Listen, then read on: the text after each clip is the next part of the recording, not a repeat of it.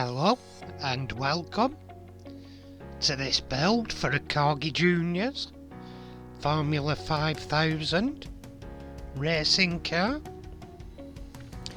and it's an actual, I wouldn't say hard to play one, it's a Momzilla stamped on one. I think he was in very poor shape, beaten, battered, buckled. Well, there you can see it. The hoops are snapped, the rollover bar is bent and snapped. The actual body's bent around, the chassis's bent. She's had a proper stamp on it with her slippers. And a lot of the paint's missing. There's denting on the bodywork. I would go as far to say there's been deliberate damage on it. And it's in very poor shape. But the basics are there to make something nice. And here I'm just centre popping the rivets to drill it out. The base is bent here, so the back wheels have dropped out and are long lost. There we are, give it a bit of hammer. That's what I'm saying. It needs some hammer to straighten it out. And boy does it. And just drilling it out here.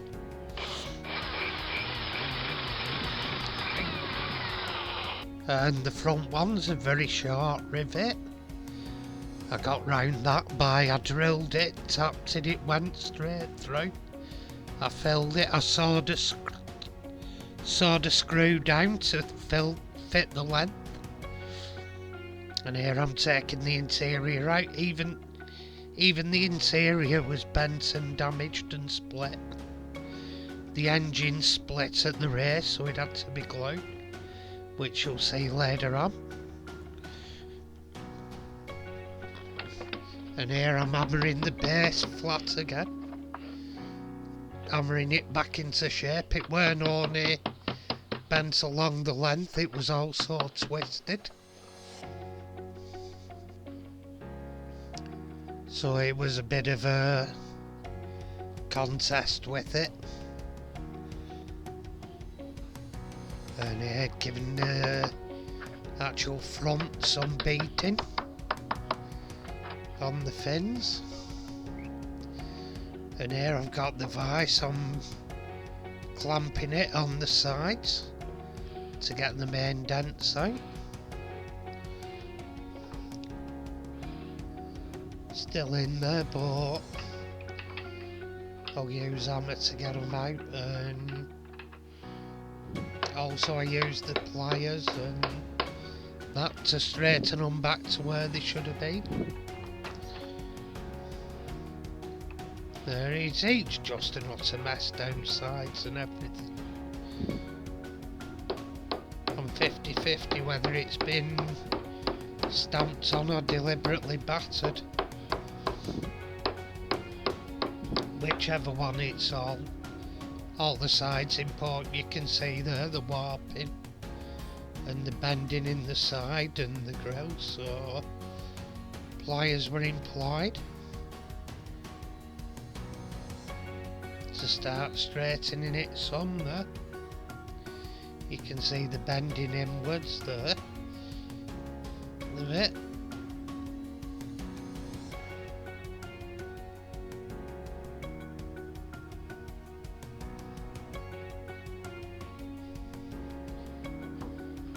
And here I'm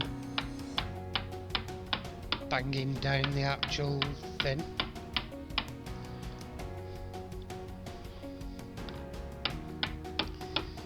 It was absolutely battered. I've got it near right, but oh, straight, there were so many things battered and broken. Here I'm banging on the side of the fuel tank at the side to beat it back in. And we had a healthy dose of snow while we were working on it. Watching out of the window with it snowing. It's not particularly laid proper yet, but I'm thinking it probably will in the next few days. And here we go, we're going into the caustic bath of doom. And having a nice fizz on there. It didn't actually look like the paint were being stripped, but when I took it into the bathroom and turned the water on, it all fell off it in sheets. So, did its job well. Oh, excuse me, cider. And here is where the engine block's been split. And I'm super gluing it.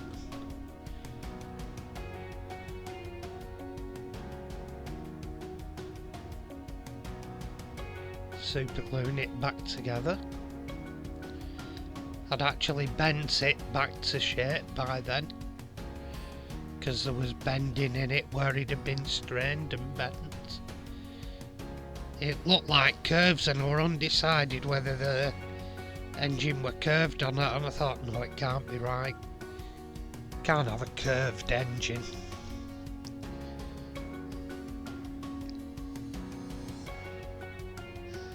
And here I've straightened the hoop, and I'm putting some super glue and baking soda on it because it was snapped off at one side whilst I was straightening it. So there goes the baking soda. Gotta confess, it's not I have the stuff there if I ever need it, but it's something I rarely use, the baking soda trick. I'll probably start using it more, but here we are, filing stuff back into shape and cleaning up, etc. Some of the casting lines that were there from the factory as well, just to make it look generally tidy.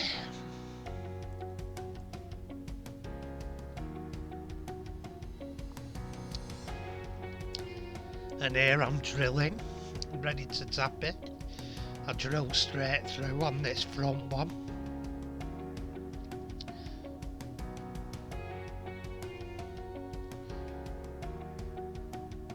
And here we are, here we go, I'm tapping. This is the front one I'm tapping. As I say, that goes straight through, so I adapted a screw to fit it. I cut a screw down to fit it. And there I'm tapping the rear post.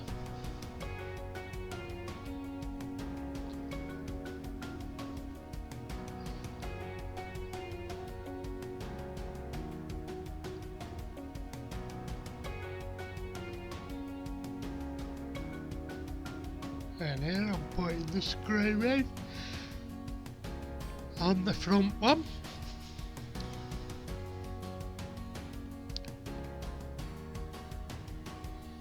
And here I'm cutting the screw down.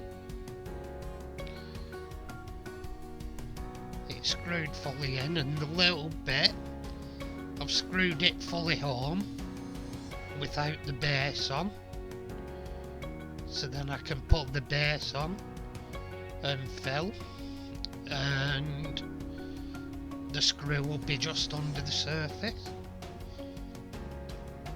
And here I've put wheels on to check what they'll be like, but I'm using my acrylic nail powder as filler again. It's absolutely superb. I can't recommend it enough to people. It's faster than JB Weld. It's some cases it might not be as good as JB Weld, but for general filling, etc., and body sculpting and things like that, it's far superior. It's quick application, you can apply it lovely by brush, very fast drying. easy-ish to sand. You can make various viscosities of it, so it means it'll stand up better and fill better. And here I'm sanding it.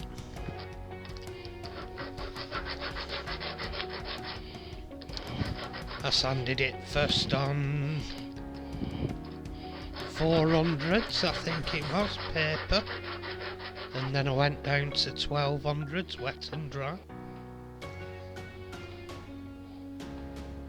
And here I've already sprayed the body black and that, and what I'm doing here, this is the base. I'm spraying the base a green and ice blue colour shift. So really it only appears on the front fins, but the colour is green to ice blue colour shifter.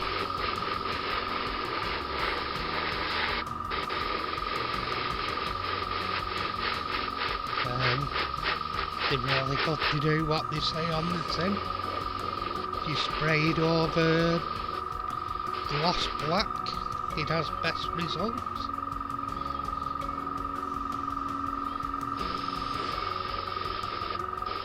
You can see the green. Well, I don't know, can you see the green or ice blue? The greeny bit, ice blue, green, ice blue. Yeah, it was. Definitely green there. Ice blue there. The other colour had looked much nicer for the body. And up top I did violet turquoise colour shifting bits. And it looks the dog's danglies. It doesn't look as good on here as it does to the eye, but things seldom do, to be honest. And this is applying the violet to turquoise colour shift over the top of gloss black. You can see it just going on there.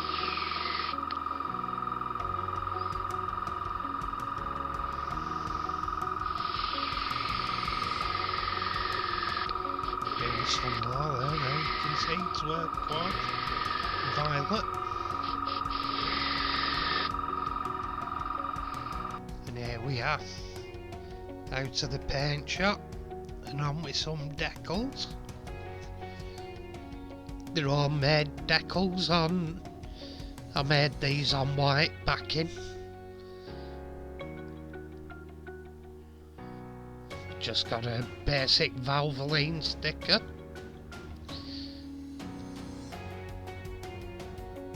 And numbers. I decided to number it 7. No particular reason. I just decided. Oh, God's truth, excuse me, trucks. I just decided to number it 7.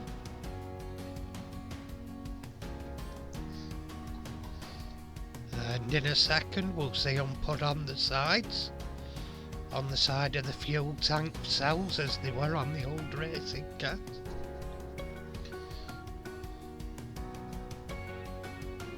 And I'll be coming in a minute. Any minute, here we come. Stutter, stutter, stutter. Bop, bop, bop, bang, bang. We're in.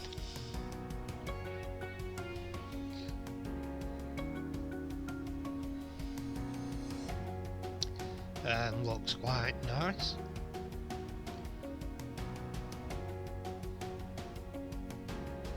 I've seen worse looking ones anyway. Usually done by me. And here's the next one on the other side.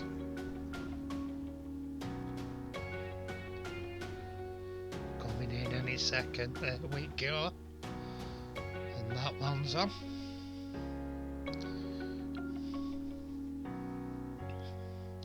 Looking very nice. And here I'm putting a little dot of red on one of the caps on the engine, just for a bit of extra eye candy, I suppose. Not that it would be red or, well, and added just some extra. And here I'm giving it a Vallejo black wash, just to bring out the details of the engine.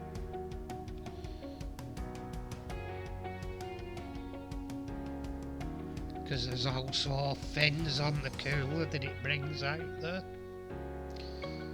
Unsure whether that's a radiator or oil. I think it'll be an oil cooler in that position. And I think the radiators are at the front here that I'm doing there. Anyway, a recap and a look back at a heavily damaged Player 1 Mumzilla Corgi Juniors Formula 5000. And anyway, if you've enjoyed watching, please subscribe. If you've already subscribed, thanks for sticking with me. And it's a rather nice finishing off one when it comes on, which shouldn't be long now, but it is. It's a nice job I've done of it, to be honest. I am improving my techniques gradually. It's about time, to be honest. Even though I shake around like a spectator at an elephant's marathon.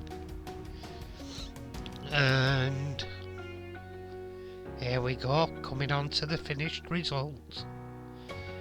And looks quite different. The colour shift paint does the shapes proud. The trim bits in red sets off the piece. The numbers set it off as well. I've done little details like on the exhausts. And touched up the original front wheels. The rear ones are off the one of the Disney Pixar cars. One of the ones I split the other week. Anyway, thanks for watching and take care, and I'll see you in my next video. Bye for now.